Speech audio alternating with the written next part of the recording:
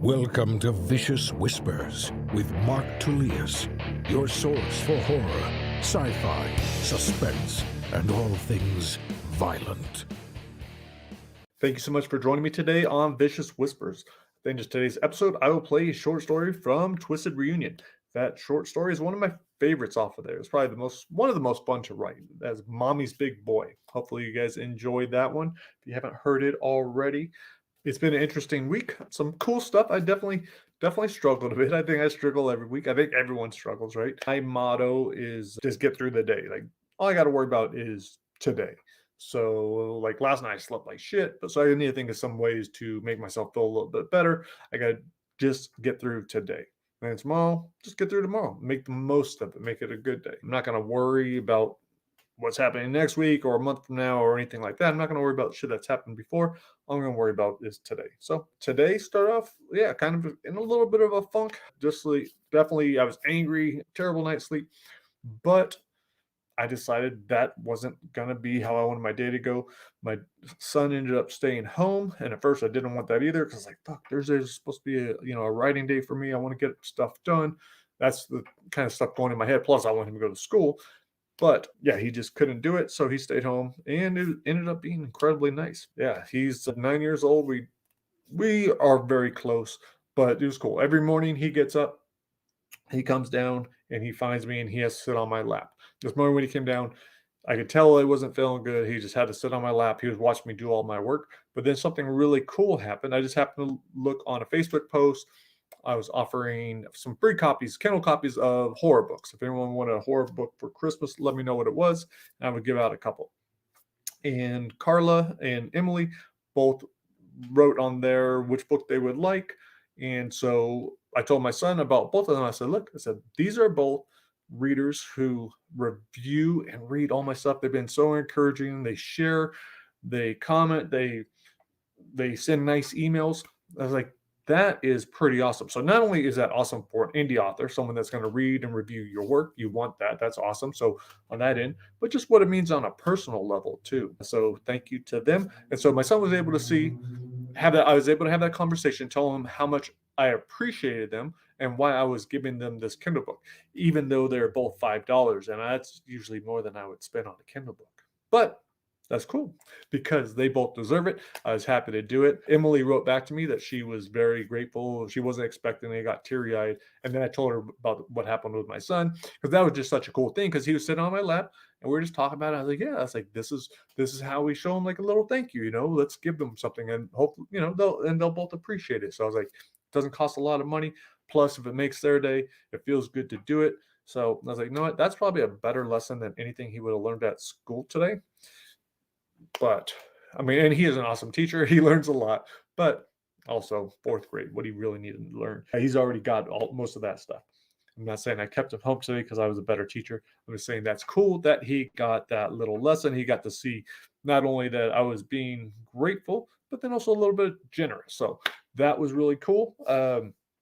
Another awesome thing that happened earlier in the week, last week, I don't know if I had recorded the podcast yet or what, but I just happened to look on Author Central and I noticed that someone had left, I think it was 5 reviews of my books over a 2-week span. So I was like, damn, that's awesome. Not only that someone's going to read 5 of my books in a 2-week span, that says a lot, but then that they're going to take the time to leave a review for it and say how much they liked it. Like, that's super awesome. So I just happened to share that. I didn't know who the person was, just the initials JC. I shared a little mention of it with an image of the reviews in my newsletter. And then on Tuesday, JC wrote to me, which was awesome. He told me some stuff about himself, which was super cool. And I told him, like, he never has to worry about buying a book from me again. Okay. Readers like that, no, that's awesome. I'm incredibly grateful for that. That's huge. That's incredible to have people like that want to read your work, that want to tell other people how much they enjoy it when the writing really speaks to them that much. So I'm incredibly grateful to JC as well. So I haven't heard back from him on which books he wants, but I'm going to send him some print copies, which cost even more than those $5 Kindle copies. So sorry, Emily and Carla, if you feel a little cheated, but I think I've given you both a good amount of print copies. I'm not sure. Anyhow, that's that. I just wanted to touch on that and to say thank you. I wanted to talk about mental health, brain health. I think is a much better term for it. That's one of the things I really stressed in my book TBI or CTE. Not referring it to as mental health, but it's our brain that's misfunctioning. If we look at it as brain health, I think there's less of a stigma. Dr. Amen's book, The End of Mental Illness, is excellent, and that's why I really took on that kind of thinking. It was because I read that book. But yeah, so it's not really our mental health. That makes us feel like we might be crazy, something's wrong with us. So our brain health is like, okay, yeah, I have another injury, something's malfunctioning. It is that organ. So mine has improved a lot, incredibly. Like I did so much to make mine better, but definitely still I think just like everyone else, we struggle. I think a lot of people don't talk about it though. On social media, we could only put out positive stuff, right? I don't have to share any of my vulnerabilities. I never had to write any of these books sharing like all the shit that I don't like about myself. It can make my life look wonderful and just incredible.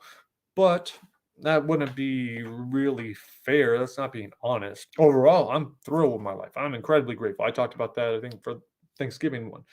But yeah, I definitely still struggle. Definitely lots of days I do not want to make any kind of video. I don't want to make a TikTok video. I don't want to post anything on social media. I just want to be by myself or with my family or creating or trying to get shit done or just dealing with anger or I need to go work out. Like whatever is happening. I don't want to go into it deep. I think I've been over it a bunch. I've improved so much. So it's not as a big of a deal to me on a daily basis. But yeah, it's still like, okay, how am I going to get through today? I'm going to do some breathing. I'll concentrate on some stuff. I'll go into the cold pool if I really need to wake my ass up to kind of shock the system. I think I'm going to try to get back into that. If I feel that things are getting a little more tense, and if I'm not reacting to stress as well, that's definitely a big one for me. The more my stress goes up, if I don't have the capacity to deal with it, if I haven't been sleeping that well, if other things have been kind of draining me, then that stress, if it goes over where my limits are, then I'm going to have a hard time. I'm not going to react in a way that I want. I'm going to get angry, upset. It's going to definitely affect other parts of my life. So I have to be very aware of that. One thing that I see a lot of, and that I definitely went through when I was first looking at my damage, was like, oh, okay, only thinking about the negative. Oh, convinced it's CTE or something terrible, and it's going to lead to this, and it's going to be awful, and all that. It's like I think you want to get to the point where like just accept it. I've done so much better since. Like I've accepted, like yeah, he definitely could be in my future. Who knows how I will go out? Yeah, dementia, probably. I don't know. Maybe not. Hopefully not with all the stuff I've done. But again, it's just be proactive. So I'm going to do all the things I can or enough things I can to try to prevent that. But then also just, okay, how do I get through the day? What are the best things for me? So what are the best things that are going to improve you? And the earlier I do those things, the better it is. If I wait until later in the day, it's like, well, I just spent all that day kind of angry and upset when I could have done these things that would kind of ease my anxiety or stress or anger or whatever I'm going through. I think it's important not just to bury that and just be like, no, I'm mad. I'm just angry about it. It's like, well, no, why am I angry? Why am I going through this? Doesn't mean it's necessarily going to get better, but then you can kind of like, okay, yeah, you know what? I had this and then it was driving and then it was this and then the kid says something and then blah, blah, blah, blah, blah. It's like, and I didn't work out today. So shit, let's go for a walk or let's go, I don't know, do whatever helps you. Another thing I have going on that definitely helps a lot, and I always go back and forth on whether or not it's a crutch, whether or not I need it, how much of it is a medicine, how much is whatever. But I smoke a lot of cannabis. I've been doing that for shit 2022. Damn, a long time. Let's just say a long time. So since I was 15. So like yeah, 35 years. Now, I point that out not because I think cannabis is the best thing in the world and everyone should do it. Like, if your brain is still developing, you definitely shouldn't. I don't put my judgments on other people on what is a good use or a bad use or whatever. I'm just going to worry about what I use. But I have definitely used a lot of cannabis and I've also got a lot of shit done. And I've also been a good father, I would say, and a fairly good husband. So, that old stereotype, like, oh, stoner, you smoke weed, you're an idiot, you're a burnout, you're a loser. It's like, no, I don't think so. No, that's not the case. That's not what's happening here. If it has slowed down, Dr. Amen's book, which I talked about earlier, In one of the studies that he did, and it was a huge study, so I'm going to believe it, it did show that cannabis lowered, I think, brain volume or something by a certain percentage. It even more so than alcohol, I believe. I don't remember the exact thing, but you can look it up or read my book. It's probably in my book, TBI or CT. So there is a negative, but for me, it has, I think, improved my life, and that's one of the tools that I use to stay calm, to stay cool. That's when I reassess myself. That's when I'm better able to reflect on my day, on my actions. Generally, after I smoke, is when I go and apologize to my family for whatever. I'm like, oh, that's how I've been feeling there. I could improve this. I didn't like this about myself. So I think that kind of self reflection. And again, I smoke weed all the time. I don't self reflect all the time. I do a good amount of it though. But that is one thing that helps me. Anyhow, just wanted to share that. Again, say thank you to everyone that has been a positive influence on my career and just overall on me. That includes Carla, Emily, JC, and everyone else out there helping share my stuff. All right, guys. Thank you so much for listening. If you haven't done so already, please subscribe, share, like. You know how much I appreciate it. So we will leave on this short story, which is narrated by Tee Quillin, comes off of Twisted Reunion. This is Mommy's Big Boy. Hope you guys enjoy it. I will talk to you next week.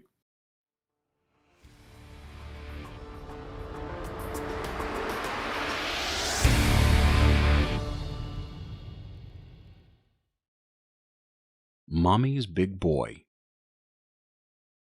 Stacy held her 1-year-old on her lap, cooing and trying to get her boy to say the name of her latest man.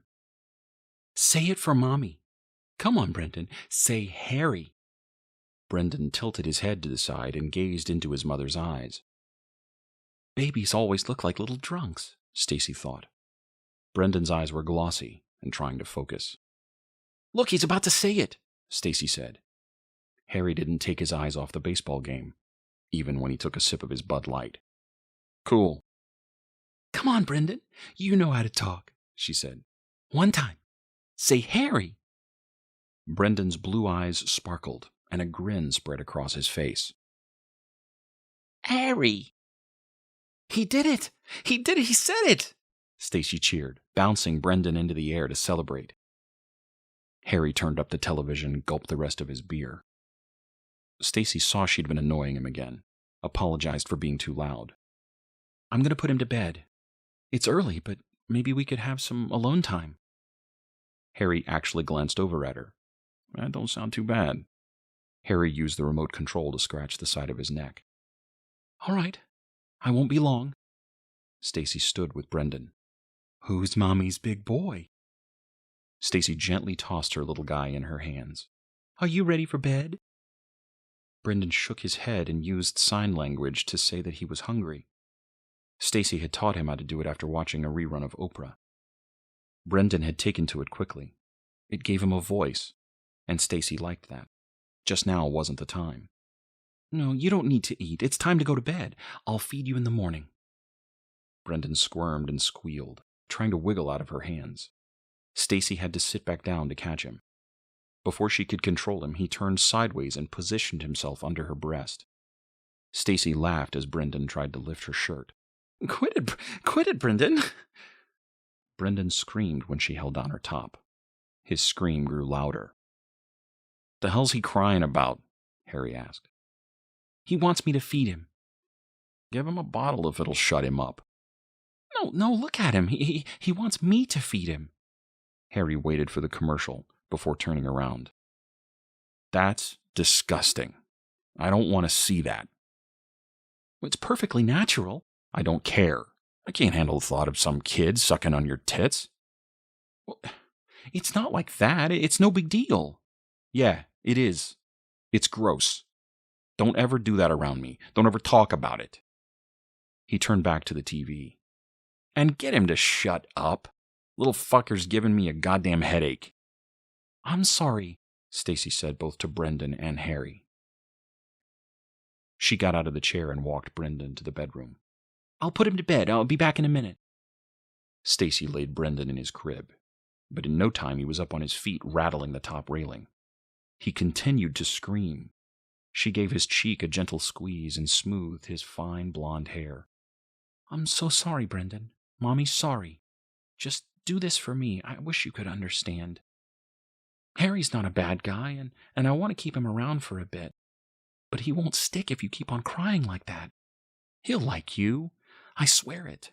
Oh, baby, please stop crying, will you? I need you to go to bed, sweetheart, please."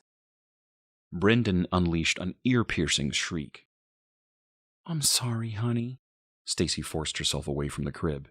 "You need to go to bed. I'll see you in the morning." Before she changed her mind and picked up her screaming baby from the crib, Stacy walked from the room, leaving the door open an inch so she could peek in later without waking him. When she returned to the living room, she heard Brendan wailing over the baby monitor positioned next to the television. Harry glared at her, and then the monitor. "Come on, Stace, I gotta listen to this. Are you serious?" Stacy grabbed the monitor and lowered the volume. "I'm sorry, I forgot about it." Harry turned up the television. "I can still hear him." "Well, I need to leave it on. This is so I can hear him." "I don't buy that. What about all the babies that came before those stupid things came out? They all came out fine. I mean, my mom didn't have one of those things." "It makes me feel better." She sat on the couch, lowered the monitor so she could barely hear Brendan's cries over the baseball game. "Does that little bastard always scream like that?" Stacy winced. "The funny thing is, he never used to, even right after his dad died. It wasn't until last week that he started throwing these tantrums." Brendan's dad had passed 8 months earlier. He and Stacy had already planned on splitting, but it still tore her up to think about his death. Harry shrugged his shoulders and returned his attention to the game.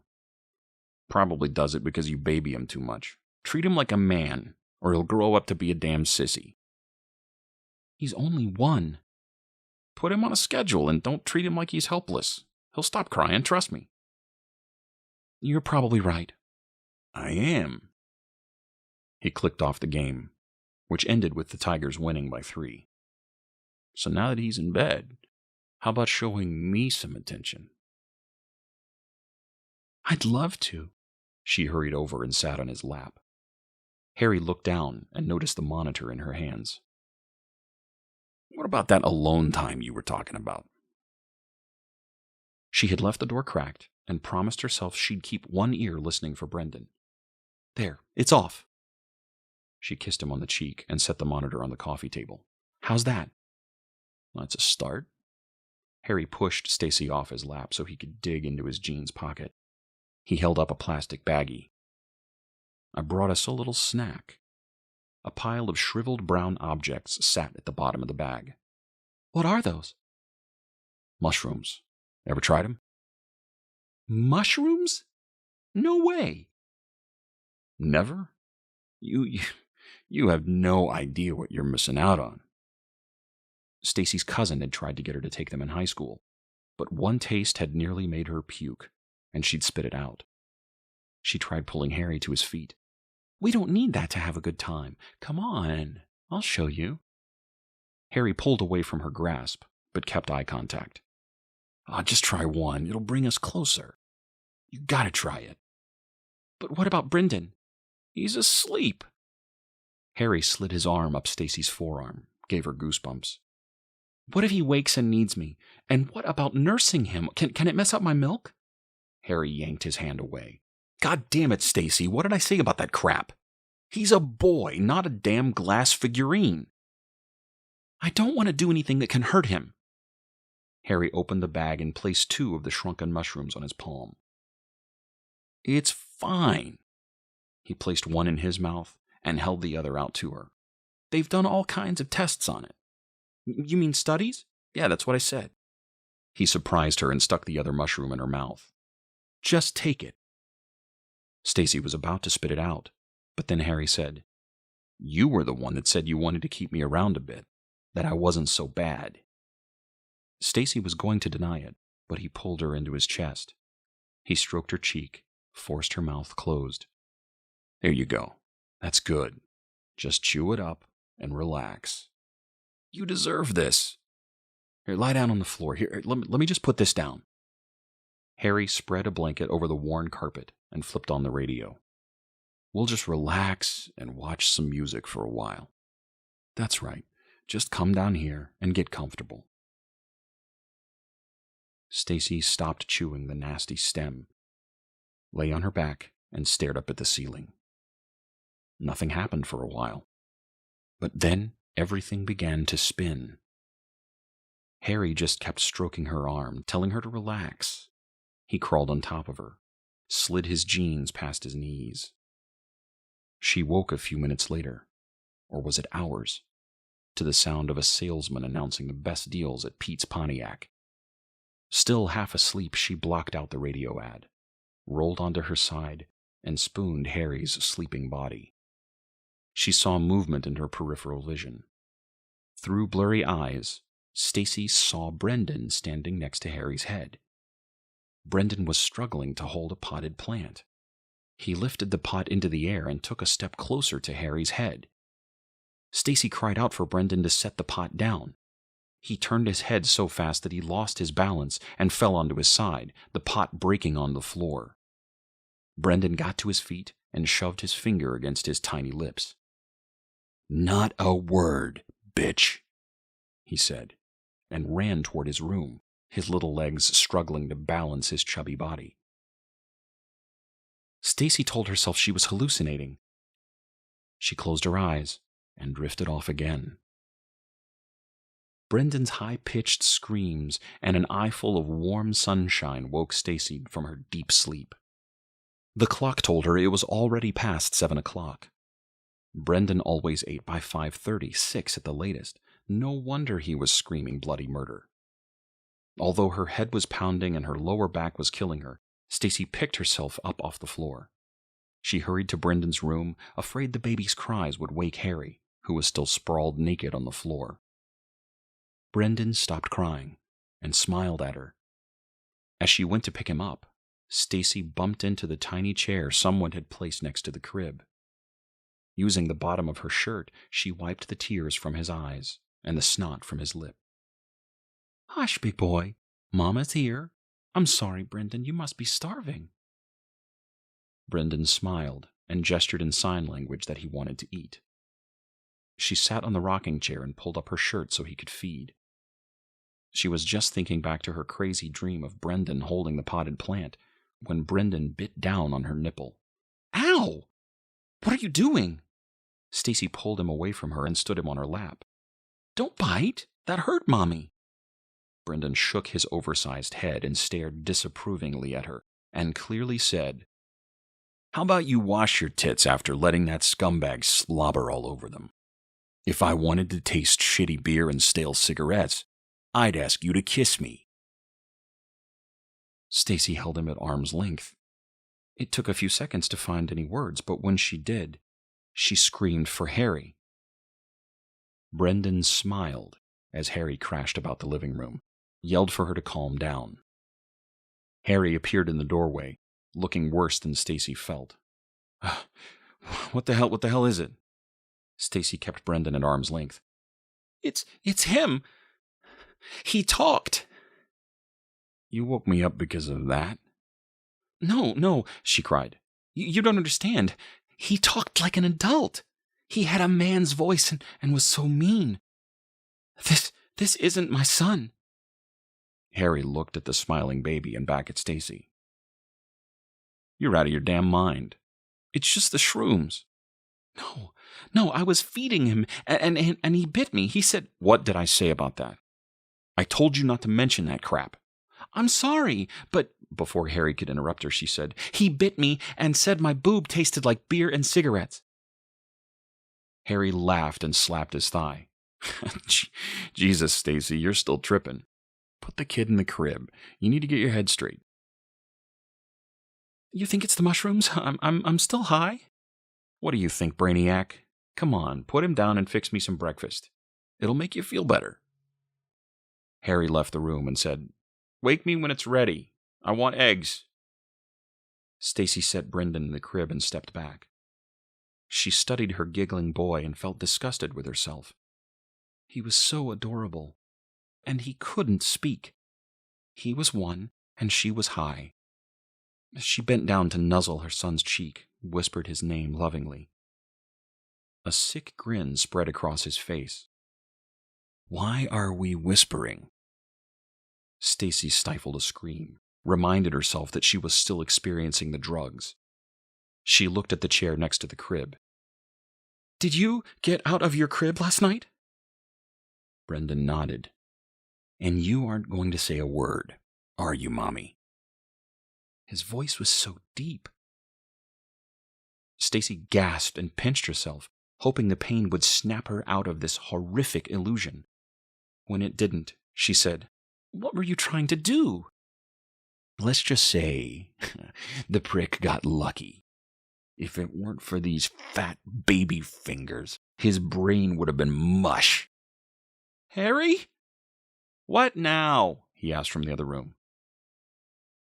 "He's doing it again." "Get out of there, Stace," Harry ordered. "You're tripping. Drink some water and fix some goddamn eggs. And don't make them all runny." Brendan waved a mocking goodbye as Stacy backed out of the room. In the living room, she noticed the pot, cracked and on its side next to where Harry had been sleeping. "Oh my God, the pot." "Relax." Harry covered his face with the blanket to hide from the morning sunshine. "I think I kicked it over when I got up. It's your fault, though. You scared the crap out of me when you yelled like that." You broke it?" "Who cares? The thing was ugly anyway. Go buy a new one if it bothers you so much." Stacy wanted to tell Harry about her dream, but it would only upset him even more. Instead, she did as she was told and cooked breakfast. The sunlight was intense, but she felt like she was regaining some sobriety. After she slid the plate of fried eggs in front of Harry, Stacy took a bottle of milk to Brendan's room. She was relieved to see he was curled up under his blanket. Stacy walked to the crib and set the bottle on the nightstand. She was about to pull the blanket down when she heard a noise behind her and whipped around. Brendan was a few feet away trying to pick up a pair of scissors from the floor. Before he could cut himself, Stacy snatched the sewing scissors and set them on the cabinet. She turned back to her son, who cursed under his breath, looking down at his hands. "Stupid goddamn fingers," he said. Keeping one eye on Brendan, Stacy lifted the blanket and saw the pillow underneath it. "What were you trying to do, Brendan?" Her voice shook. "Let's just say we'll call you lucky this time." Stacy picked Brendan up, holding him as far away as possible, and took him into the living room.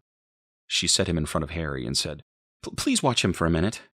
I need to take a bath. I don't feel good at all. My mind's all screwed up. When is this stuff going to wear off?" "You can't worry about it. If you panic, it'll only make things worse.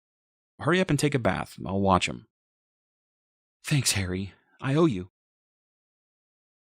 With his back to Harry, Brendan put his fist in front of his O-shaped mouth and rapidly jerked it up and down, showing Stacy he knew how she'd repay her boyfriend. She pretended she didn't see the obscene gesture and ran off to the bathroom. After setting the radio on the ledge and turning on an easy listening station, she eased into the warm water and tried to relax. She promised God that she would never again take drugs. She begged him to cleanse her mind, take away the evil thoughts. She loved Brendan and hated herself for thinking such terrible things about him. Stacy had been in the bath for quite some time when there was a low knock on the door. I'll be out in a minute, Harry." The knocking persisted. "Is everything okay? Brendan's not causing too much trouble, is he?" The doorknob turned back and forth. Finally, the catch released, and the door pushed open. And there was Brendan, standing on top of his rock and roll Tigger. Brendan had opened the door before, doing this very thing, but his sick smile told her the drugs were still coursing through her mind. He got down on his knees and backed off the toy, carefully easing one leg down, and then the other so he didn't lose his balance. Before he turned toward her, he picked up his favorite red ball in his right hand, and something else in his left. "Did you want to play catch?" She looked around the bathroom, actually thinking about what she could use as a weapon before scolding herself.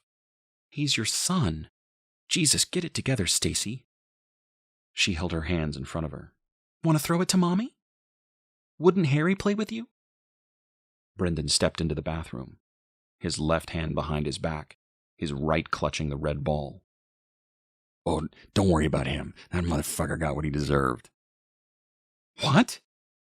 Brendan smiled and moved closer to the tub. I made a joke. Get it? Your mommy. Brendan could barely control his giggles. And he's screwing you. Mofo. Brendan, stop this right now. I love you, but you need to listen to me. Brendan bounced the ball up and down on his palm, his dexterity much improved. You treat that loser better than your own son. What kind of mom does that? I'm sorry, honey. It's just that Mommy's getting older and it's hard to find a decent man. You are getting old, and Harry was probably the best you'll ever get. I think I like my chances of getting a foster family. With my angelic face and adorable smile, I'll be picked up quick. Maybe I'll have a proper house, some decent threads. He tugged at the zipper of his ratty sleeper. These Salvation Army rags aren't flying. Brendan, I'm a good mom. You named me Brendan, for Christ's sakes. You want me to be some sissy boy? Don't say that. Your father named you. Oh, what a great guy Daddy was, shaking the crap out of me every night. No, he didn't. You know what else he didn't do? He didn't commit suicide on the bed. I'm dreaming. Stacy closed her eyes and shook her head. This isn't real. He showed her the fist he'd been holding behind his back. Is this real? Stacy stared at Harry's eyeball and screamed. Brendan tossed the bloody orb into the tub. His whole body shook with laughter as his mom slapped it away from her. Don't worry, Brendan said. Harry doesn't need it. Stacy struggled to stand in the tub, waiting for his next move. He threw the ball at her. Stacy moved to her right and then saw the malicious sparkle in Brendan's eyes. Realized too late what he'd been aiming for. The radio wobbled on the edge of the counter and fell toward the water before Stacy could leap from the tub. The electricity paralyzed her, and Stacy's eyes fixed on her big boy.